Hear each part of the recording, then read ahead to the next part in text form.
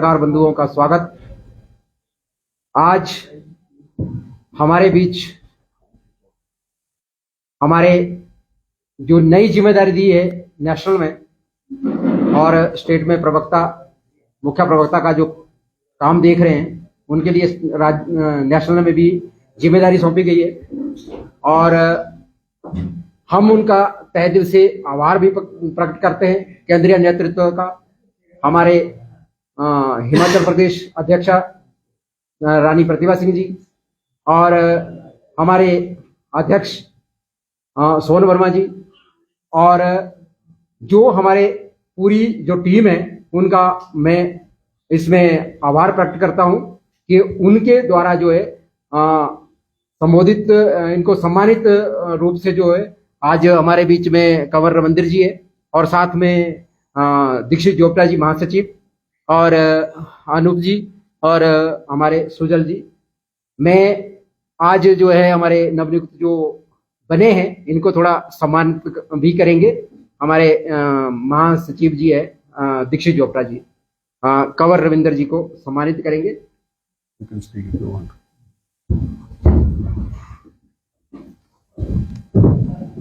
सर्वप्रथम तो मैं हमारा केंद्रीय नेतृत्व जो है, हमारे राष्ट्रीय अध्यक्ष आदरणीय मल्लिकार्जुन खड़गे जी, हमारी ऑल इंडिया कांग्रेस कमेटी की महासचिव प्रियंका गांधी जी, राहुल गांधी जी, हमारी प्रदेश अध्यक्षा रानी प्रतिभा सिंह जी, हमारे प्रदेश किसान कांग्रेस के अध्यक्ष माननीय सोन वर्मा जी और हमारे किसान कांग्रेस के राष्ट्रीय अध्यक्ष सुखपाल खेरा जी, भाई अखिलेश शुक्ला जी, जिनको नया दायित्व मिला है राष्ट्रीय बॉडी में,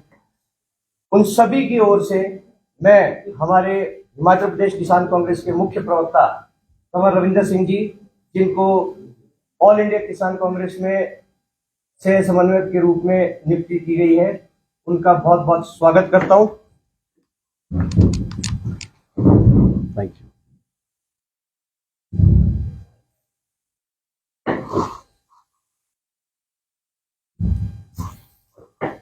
और मैं आप लोगों के माध्यम से जिस तरीके से हमारे प्रदेश के माननीय मुख्यमंत्री ठाकुर सुखविंदर सिंह सुक्खू जी संगठन से निकल के आज इतने बड़ी जिम्मेदारी पर बैठे हैं, मैं आप लोगों को एक चीज का यहाँ से आपके मंच से बता देना चाहता हूँ कि जो जिम्मेदारी हमारे बड़े भाई आदरणीय रविंद्र कंवर जी को मिली है, आप लोग इस चीज के साक्षी हैं कि किसान कांग्रेस का गठन जब से हुआ है, इस बार जब हमारी नई कार्यकारिणी बनी है, तो उस कार्यकारिणी के बाद जो पदभार भाई रविंद्र कंवर जी ने मुख्य प्रवक्ता का संभाला है, उसके बाद से किसानों के जितने भी ज्वलंत मुद्दे आज तक रहे हैं प्रदेश में, उनको समय समय पर चरणबद्ध तरीके से ये उठाते रहे हैं और मैं इनसे आगे के लिए उम्मीद रखता हूं भाई रविंदर जी कि आप राष्ट्रीय स्तर पे आज गए हैं, आप किसानों के मुद्दे इसी तरीके से ज्वलंत तरीके से उठाते रहेंगे। बहुत बहुत आभार, धन्यवाद। बहुत धन्यवाद भाई दीक्षित जोगटा जी, भाई पूरन जी, अनूप जी और सुजल जी जो बैठे हैं। सर्वप्रथम मैं आप सभी मीडिया बंधुओं का यहाँ पर आने के लिए तहे दिल से आभार व्यक्त करता हूँ। आप समय समय पर जब भी हमें दरकार हुई है, आप यहाँ पे आए हैं अपना कीमती समय निकाल करके, और आपने ना ही सिर्फ हमारा समर्थन किया है परंतु जितने भी किसान बागवान भाई जिनकी आवाज लेकर के हम आते हैं, उन सभी के लिए अपना समय दिया। मैं उन सभी की ओर से आपका तहे दिल से आभार करता हूं। बहुत बहुत धन्यवाद। आज का दिन कई रूप से हमारे लिए ऐतिहासिक है। सर्वप्रथम ये कि मुझे जो कार्यभार मिला है, जो कांग्रेस की सरकार बनने के बाद से हमारी सभी कांग्रेस की द्वारा दी गई गारंटियों का पूरी तरह से क्रियान्वयन कर रहे हैं और उसे पटल पर ला रहे हैं। मैं उनका आभार व्यक्त करता हूं। मैं आभार व्यक्त करता हूं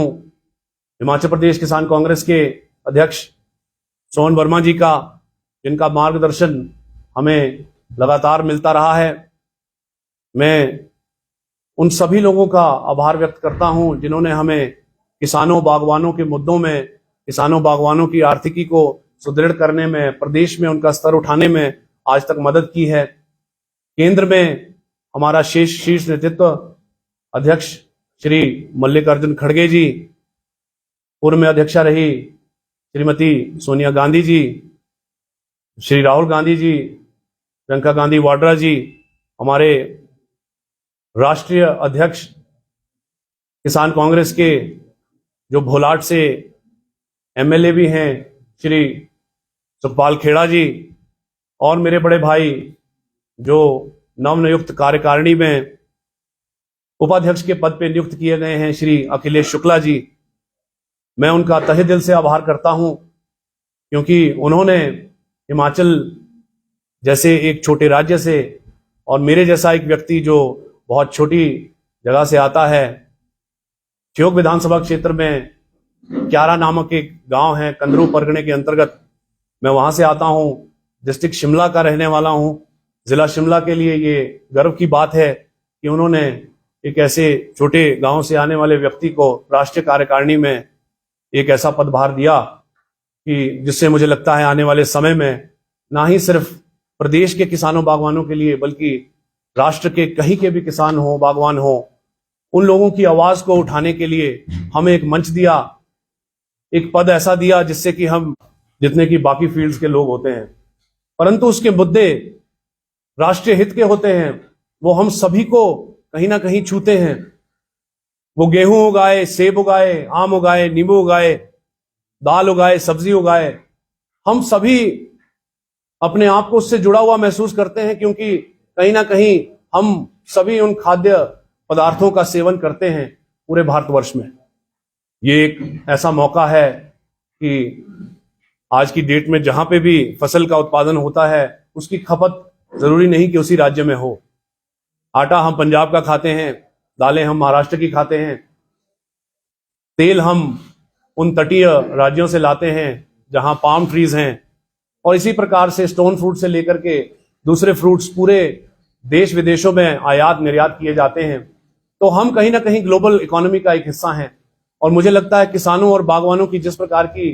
हालात आज हैं उससे हम सभी को फर्क पड़ता है, हम सभी को चिंता होती है। मैं आज बहुत लंबा आपका समय नहीं लूंगा, परंतु क्योंकि लोकसभा के चुनाव जो हैं वो बड़े नजदीक हैं, तो हमें कुछ बातों पे आज बात करने की आवश्यकता है कि पिछले 10 सालों में जिस प्रकार से केंद्र में सरकार रही, क्या उससे किसानों और बागवानों की आर्थिकी में, उनकी आर्थिक स्थिति में उनको मजबूती मिली या नहीं मिली, उनके क्या मुद्दे रहे जो केंद्र सरकार ने उनके लिए क्या कुछ किया पिछले 10 सालों में, इसका आकलन करना आज जरूरी हो जाता है। क्योंकि आज लोकसभा के चुनाव हैं, और यदि फिर से यह सरकार बनती है तो फिर आने वाले 5 सालों में क्या किस प्रकार का नजारा होगा और क्या स्थिति किसानों बागवानों की होगी, यह भी हमें आज ही सोचना होगा। मैं आपके माध्यम से बता दूं कि पिछले 1.5 साल से या उससे अधिक समय से जब से भी हम प्रेस में आप लोगों के बीच मुखातिब हुए हैं, हमने भिन्न भिन्न मुद्दों को आपके समक्ष लाया है और केंद्र सरकार तक भी पहुंचाया है। मैंने इसके विषय में पत्र भी लिखे, पत्राचार भी हुआ प्रधानमंत्री के साथ भी, परंतु जो मुद्दे थे वो ज्यों के त्यों बने रहे। हमें किसी भी प्रकार की मदद केंद्र सरकार से रियायत के रूप में नहीं मिली, चाहे वो केसीसी में ब्याज की माफी हो, चाहे वो सिंगल सुपर फॉस्फेट खाद के बढ़े हुए रेट हो, इनको वापस करने के लिए हमने गुहार लगाई, चाहे वो इंपोर्ट किए गए एप्पल्स के ऊपर रॉयल्टी शुल्क हो जो केंद्र सरकार ने हटा करके इंपोर्ट किया हुआ एप्पल सस्ता कर दिया हमारे बाजारों में, वो रहा हो, या फिर इस प्रकार की त्रासदी जो हमने आज तक देखी नहीं थी हिमाचल में हुई, उसके लिए किसी प्रकार का किसानों बागवानों के लिए स्पेशल पैकेज हो। हमने केंद्र सरकार से आज तक जो सुना वो सिर्फ बातें ही सुनी। आदरणीय प्रधानमंत्री जी कहते थे 2015 में कि किसानों की आय हम 2022 तक दुगनी कर देंगे। ये एक ऐसी रेटोरिक है, ऐसी बात है जो सुनने में तो बड़ी अच्छी लगी, परंतु जब 2022 आया तो हमने देखा कि किसानों और बागवानों की हालत बद से बदतर हुई। ऐसे 3 कानून लाए गए जिससे कि किसानों और बागवानों को सड़कों पर उतरना पड़ा। कई लोगों को, सैकड़ों लोगों को अपनी जान से हाथ गंवाना पड़ा। इस प्रकार की स्थिति किसानों बागवानों की एक ऐसे कृषि प्रधान देश में होनी अपने आप में बड़ा ही आलोचना का विषय है। मैं समझता हूं कि पिछले 10 सालों में जिस प्रकार की हालत किसानों बागवानों की हुई है, आने वाले समय में ऐसी ना हो, इसके लिए आज आवश्यकता है हम लोगों को आकलन करने की। आज आवश्यकता है किसानों बागवानों की बात को सामने रख करके एक नई सरकार को चुनने की। जिस प्रकार से हिमाचल प्रदेश में पिछले 1.25 साल से थोड़ा सा ऊपर का समय हुआ कांग्रेस की सरकार को बने हुए, और विभिन्न ऐतिहासिक फैसले लिए गए। हमारे बागवानी मंत्री और आदरणीय मुख्यमंत्री जी ने जिस प्रकार सेब के लिए यूनिवर्सल कार्टन का प्रबंध अपनी वचनबद्धता के साथ फिर से दोहराया है, जो इस बार लागू हो जाएगा, इससे मुझे लगता है कि आने वाले समय में किसानों बागवानों की आय में इजाफा होगा, जो कि अपने आप में एक बड़ा ही हर्ष का विषय है। सेब को किलो के हिसाब से बेचना, सब्सिडीज बहाल करना, जो दवाइयों पे सब्सिडी किसानों को पहले मिला करती थी वो बंद कर दी गई थी, परंतु कांग्रेस सरकार के आने के बाद वो सब्सिडी फिर से बहाल की गई। इससे हमारे किसानों बागवानों को जो व्यय उनका होता था बगीचे में, उस व्यय को कम करने में मदद मिली और उनकी जेब में ज्यादा पैसा गया। साथ ही साथ कांग्रेस सरकार ने जितनी भी गारंटीज अपने घोषणा पत्र में की थी, उन्हें चरणबद्ध तरीके से मुख्यमंत्री और कांग्रेस सरकार पूरा करने में जुटी हुई है। चाहे वो महिलाओं को 1500 रुपए देने की बात हो या फिर ओपीएस को बहाल करने की बात। मुझे लगता है कि कांग्रेस की सरकार जिस प्रकार से कार्य कर रही है, आने वाले समय में इस प्रदेश की जनता का हित उसमें निहित है। लेकिन जहां तक बात केंद्र सरकार की आती है, केंद्र सरकार ने हमें सिर्फ बातों के अलावा कुछ नहीं दिया। वो सिर्फ हिमाचल प्रदेश की ही बात नहीं है, पूरे देश के किसानों और बागवानों के लिए केंद्र सरकार ने यदि कुछ किया तो वो सिर्फ बातें ही दी। और अब ये समय है, आपके माध्यम से मैं फिर से एक बार शेष नेतृत्व का धन्यवाद करता हूं, और आने वाले समय में मैं इस पटल से ये वादा करता हूं कि हिमाचल प्रदेश के किसानों बागवानों के हित की बात हम केंद्र के हर पटल पर उठाएंगे, और जो जिम्मेवारी हमें शीर्ष नेतृत्व ने दी है उसे पूरी ईमानदारी के साथ वहन करने की कोशिश करेंगे। मैं आप सभी मीडिया बंधुओं का यहाँ आने पर तहे दिल से आभार व्यक्त करता हूँ। आपने अपना समय दिया, और आने वाले समय में जब भी कभी हम प्रेस के मुखातिब होंगे तो आप अपना समय जरूर दें, और जो भी मुद्दे हों, आप लोग पूरे हिमाचल में घूमते हैं, जो भी मुद्दे कहीं के भी हों किसानों बागवानों को लेकर के, आप भी हमारे समक्ष लेकर के आएं और हम उसे सबसे बड़े केंद्र के पटल पर रखेंगे। ये मैं आपसे वादा करता हूं। आप सभी का बहुत बहुत धन्यवाद। यदि कोई प्रश्न है तो आप पूछ सकते हैं।